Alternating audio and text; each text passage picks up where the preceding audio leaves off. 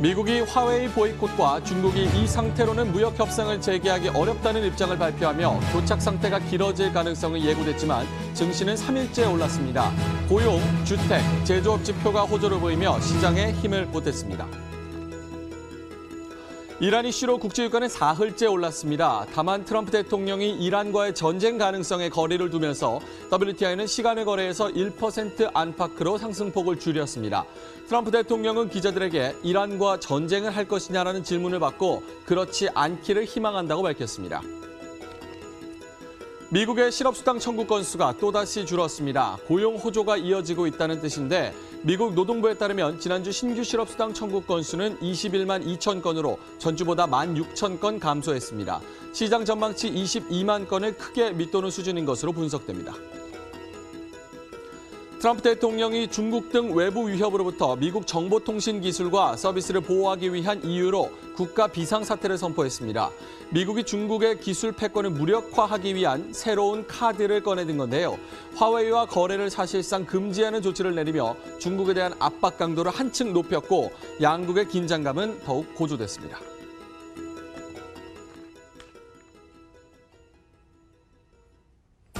네, 시청자 여러분 안녕하십니까. 해외 시각을 생생하게 전해드리는 머니투데이 글로벌 랩 오늘 금요일도 힘차게 시작하겠습니다.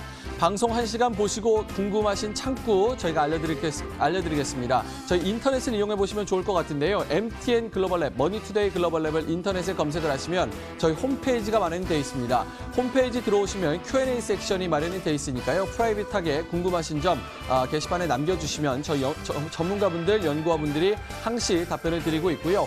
또 다시 보기 컨텐츠들도 올라와 있습니다. 매일매일 업데이트되는 다시 보기 컨텐츠들 접속하셔서 궁금하신 점들은 다시 보기를 보시면서 투자 아이디어를 얻어가시는 것도 좋은 방법이 될 것 같습니다.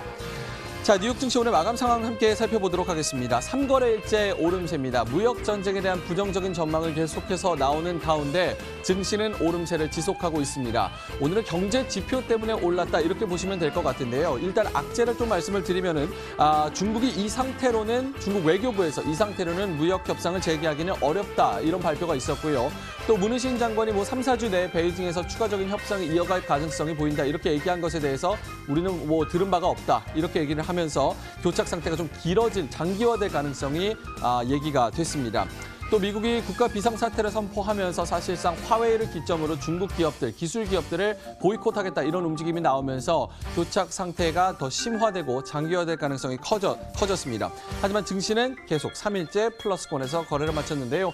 오늘 0.8% 이상 오르는 모습이었고요. 나스닥은 1% 가까이 상승하면서 마감했습니다. 경제 지표가 좋았다고 말씀을 드렸는데요. 고용 지표 말씀드렸다시피 고용 시장의 훈풍이 지속됐고요. 주택 지표 그리고 제조업 지표도 모두 호조를 보이면서 증시를 끌어올리는 그런 모습이었습니다. 자세한 펀더멘털에 대한 내용은 시황센터에서 저희가 연결해서 전해드리도록 하겠습니다. 개별적인 종목 알아보도록 하겠습니다. 뉴욕 증시 특징주 함께 살펴봅니다. 첫 번째로는 나스닥에 상장되어 있는 아웃룩 테라피틱스입니다. 68%가량 올랐는데요. 면역학과 종양학 질환에 있어서 단클론 항체 치료법에 주력하는 임상 단계 바이오 제약사입니다. 오늘 오펜하이머 쪽에서 의견이 있었는데요. 아웃룩 테라피틱스가 임상 중인 한 베바시주맙이라는 아바스틴 마켓 쉐어를 대체할 수 있을 것이다 라고 얘기를 하면서 아웃퍼폼으로 목표 주가를 12달러로 편입했다는 소식이 나오면서 올랐습니다. 68%가량 상승했네요. 두 번째로는 지아인 그룹입니다. 5월 10일에 금요일에 신규 상장을 한 중국 기업이고요. 온라인 소비자 금융사입니다. 5월 13일에 53% 올랐고 오늘 또 추가적으로 56%가량 오르면서 21달러의 거래를 마쳤네요. 세 번째로는 나스닥에 상장되어 있는 아이오반스 테라피틱스입니다. 바이오 회사인데요. 종양 침윤 T세포 기술을 이용한 항암 면역 치료제를 개발한 바이오 제약사입니다. 오늘 상승 이유가 있었는데요. 아이오반스와 그리고 제노시아가 차세대 종양 침윤 T세포 치료제 개발을 위한 공동 연구를 발표하면서 오늘 36% 넘게 올랐습니다. 15달러 28센트의 거래를 마쳤습니다. 자, 미국 시장 전반적인 상황 알아봤습니다. 이제 국제 시장 상황 알아볼 텐데요. 시황센터 연결해서 김민지 앵커와 함께하시죠.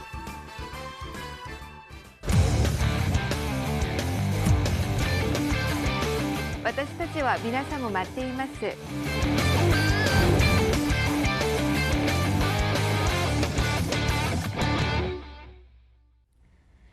네, 시장 상황 정리해 보도록 하겠습니다.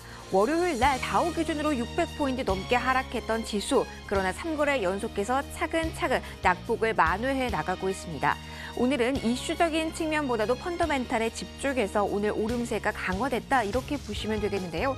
예상보다 더 경제 지표는 좋았고요. 예상보다 더 기업 실적도 양호했습니다. 자, 하나씩 살펴볼 텐데요. 먼저 미국에 대해서 이야기 나눠보겠습니다. 종가 확인하시죠. 다우를 비롯해서 3대 지수 모두 플러스권에서 거래 마감이 됐습니다. 다우 0.84% 200포인트 이상 끌어올리는 모습이었고요. S&P 500은 물론이고 나스닥까지 상승. 가장 상승폭이 큰 곳은 나스닥으로 1% 가까이 오늘 올랐네요. 초반작부터 긍정적인 시선이 유입되면서 매수세도 강화되는 모습이었습니다. 첫 번째, 호재성 재료로 인식이 된 것은 기업 실적이라는 측면이었는데요. 월마트와 시스코 실적이 양호했다라는 부분이 투자 심리를 안정시켰습니다. 하루 전에 소비 지표가 좋지 않았다는 부분이 투자에 대한 우려를 키웠기 때문에 이 점이 이러한 우려를 씻어내려가게 했다 이렇게 보시면 되겠고요. 여기에다 경제 지표가 상당히 많이 발표됐는데요.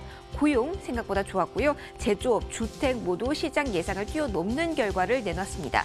그중에 하나만 좀 언급을 해드리면요. 5월 필라델피아 연은지수가 16.6으로 시장 예상치인 10보다도 훨씬 더 높게 나왔다는 점. 시장의 오늘만큼은 물론 다른 쪽으로 해석이 될 수도 있지만 오늘만큼은 경기가 이렇게 단단하게 오름세를 기록하고 있구나. 이렇게 안도하는 시선으로 해석이 됐다. 이렇게 보시면 되겠습니다.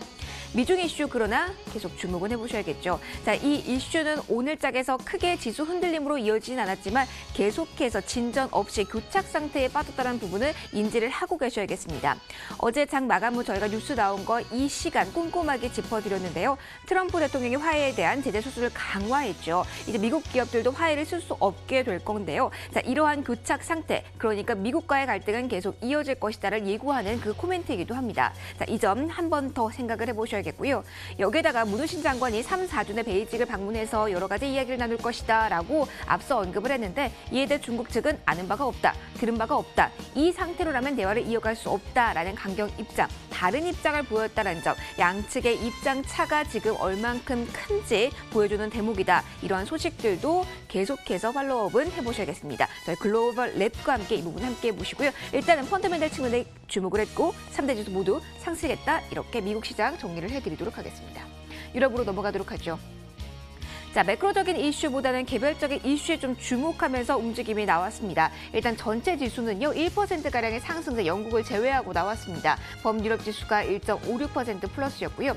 독일 증시가 가장 상승폭이 두드러졌는데 내부적으로 기업의 인수합병 뉴스가 계속해서 시장을 끌어올리는 재료가 됐다. 이런 기대감이 일고 있다라는 점은 기억을 해두셔야겠습니다. 반면에 영국과 같은 경우는 조금 하락폭이 깊었는데요. 브렉시트 관련 잡음 다시 한번 고조되는 시점이라는 점 보셔야겠습니다.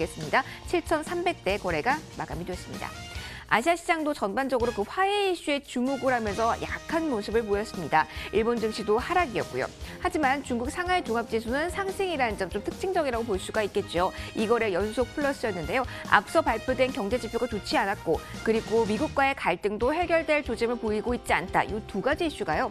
오히려 중국 정부 측에서 강력한 부양책을 내놓을 그 근거 자료가 될 것이다. 이쪽으로 해석이 됐습니다. 이에 따라서 계속해서 매수세 몰리고 있다라는 점 확인해 보시고요. 하지만 3천선은 다시 한번 탈환하지 못한 구간에서 거래 마감이 됐습니다. 그리고 특징적인 부분 이 안에서 중국 종목 가운데 히토류 종목이 20여 개가 되는데요. 어제 모두 상한가를 기록했다는 점 특징적으로 체크해 보시면 좋겠습니다. 동남아시아 시장으로 넘어가시죠.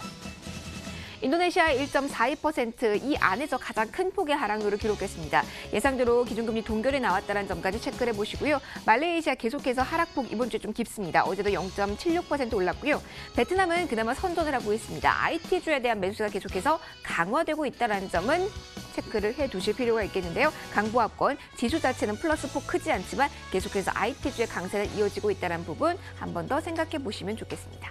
마지막으로 남미 보시죠. 브라질 관련해서 이슈가 있어 좀 체크해 볼까 하는데요. 일단 증시는 1.75% 내렸습니다. 최근에 브라질에 대해서 여러 가지 이야기가 나오고 있는 상황인데요. 브라질 경제에 대한 우려가 좀 깊어지고 있는 시점이라는 점도 체크를 해보셔야겠습니다. 일단 9만 선이었는데요. 브라질 올해 성장률 전망치가 또 한 번 하향 조정될 것이다라는 이야기가 상당히 많이 나오고 있습니다. 2.4가 아니라 1%대를 뱅크 오브 아메리카 메릴린치 쪽에서는 현재 이야기하고 있고 기준금리 인하 한 번 정도 얘기하고 있다는 참고해 보시고요. 멕시코 기준금리 동결 나왔다는 부분까지 함께 체크해드리겠습니다.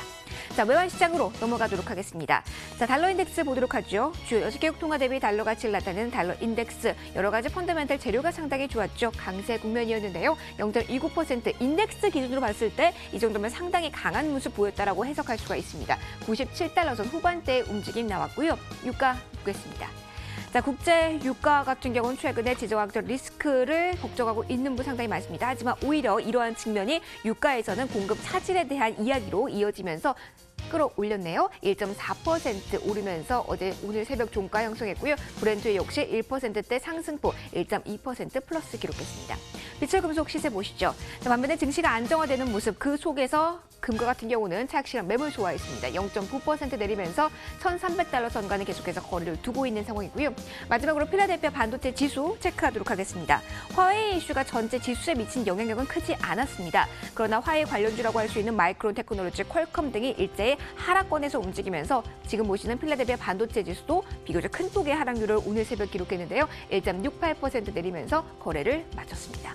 자, 전체 움직임들 쭉 짚어드렸습니다. 이제 종목에 대해서 좀 더 깊이 있는 이야기를 나눠보도록 할까요? 월가가 어떠한 종목에 주목했을까요? 어떠한 투자 의견 왜 제시했을까요? 이에 대한 부분 명민준 앵커와 함께 알아보시죠.